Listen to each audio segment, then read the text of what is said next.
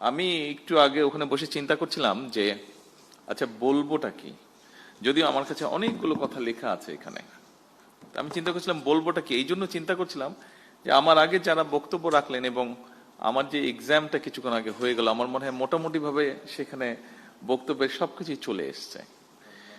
জি, ভালো নাম্বারে পেয়েছি, থ্যাংক ইউ সো মাচ। তো এখন আসলে বলার বোধহয় খুব বেশি কিছু নেই, বলি যা বলার সেটা বলা হয়ে গেছে, এখন বোধহয় কাজ করার সময়। আপনারা যারা এখানে নতুন এন্টারপ্রেনার আছেন, উড বি এন্টারপ্রেনার আছেন, যারা এগিয়ে আসতে চাচ্ছেন, যারা কিছু করতে চাচ্ছেন, আপনাদেরকে একটা কথা আমি শুধু বলি, আপনারা যেটা করতে চাইছেন, it's not so easy, it's very difficult, it's very difficult, কিন্তু আপনি পারবেন যদি আপনার ইচ্ছা থাকে। আমি আমার লাইফের একটু ছোট্ট একটু বিষয় তুলে ধরতে চাইছি। আপনাদেরকে নিরুৎসাহিত করছি না, আমি আপনাদেরকে উৎসাহ দিতে চাইছি।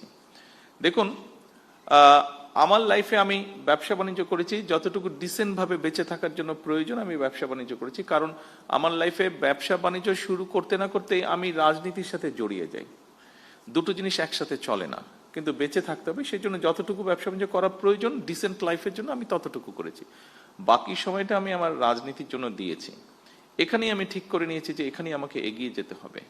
কিন্তু এই এগিয়ে যেতে গিয়ে একটা মানুষকে অনেক কিছুর ভিতর দিয়ে যেতে হয়। আমি গিয়েছি মানসিক নির্যাতন, আমি গিয়েছি শারীরিক নির্যাতন, বিভিন্ন রকম হিউমিলেশন, বিভিন্ন রকম ফিজিক্যাল টর্চার, বিভিন্ন রকম যন্ত্রণার মধ্যে দিয়ে আমি গিয়েছি। অনেক ধৈর্যের পরীক্ষা দিতে হয়েছে। তারপরে আমি আজকে আলহামদুলিল্লাহ আল্লাহর রহমতে একটা জায়গায় এসেছি।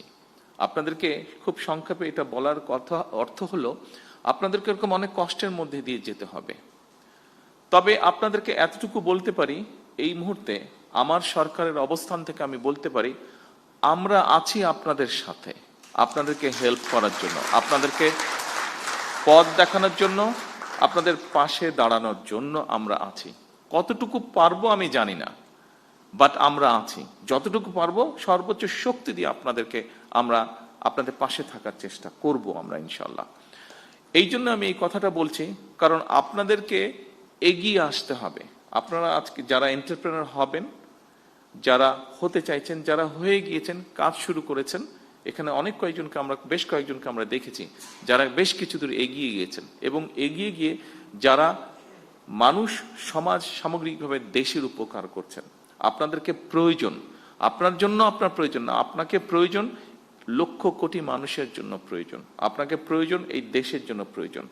কারণ আমি একটি কথা বলেছি, ওই দিন আমি গিয়েছিলাম চিন্ময়ীতে, একটি অনুষ্ঠান হচ্ছিল, সেটি ছিল ইনোভেশন ইভেন্ট।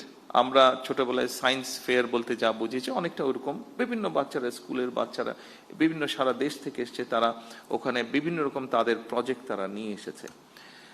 কিছুদিন আগে আরেকটা অনুষ্ঠানে গিয়েছিলাম, সেখানে প্রায় সারা বাংলাদেশের প্রাইমারি স্কুলের 22 লক্ষ বাচ্চা পার্টিসিপেট করেছিল। প্রাইমারি স্কুলের বাচ্চা, ক্লাস 2, 3 থেকে 5 পর্যন্ত, বিভিন্ন স্পোর্টসে ওদের ফুটবল ম্যাচটা আমি দেখতে গিয়েছিলাম।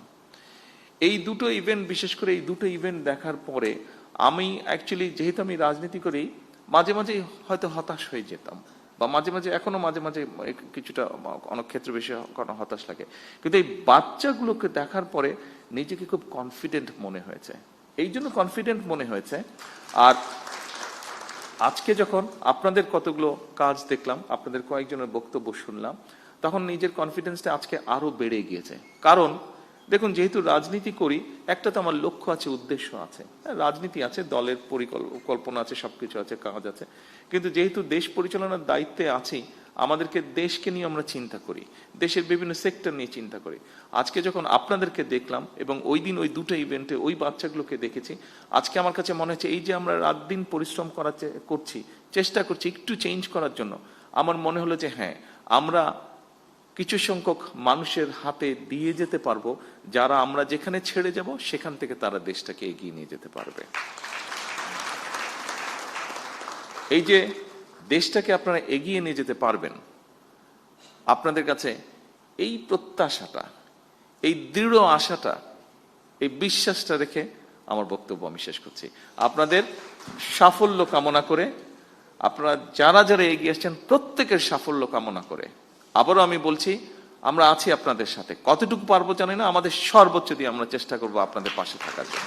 সকলকে আন্তরিক ধন্যবাদ। আল্লাহ হাফেজ।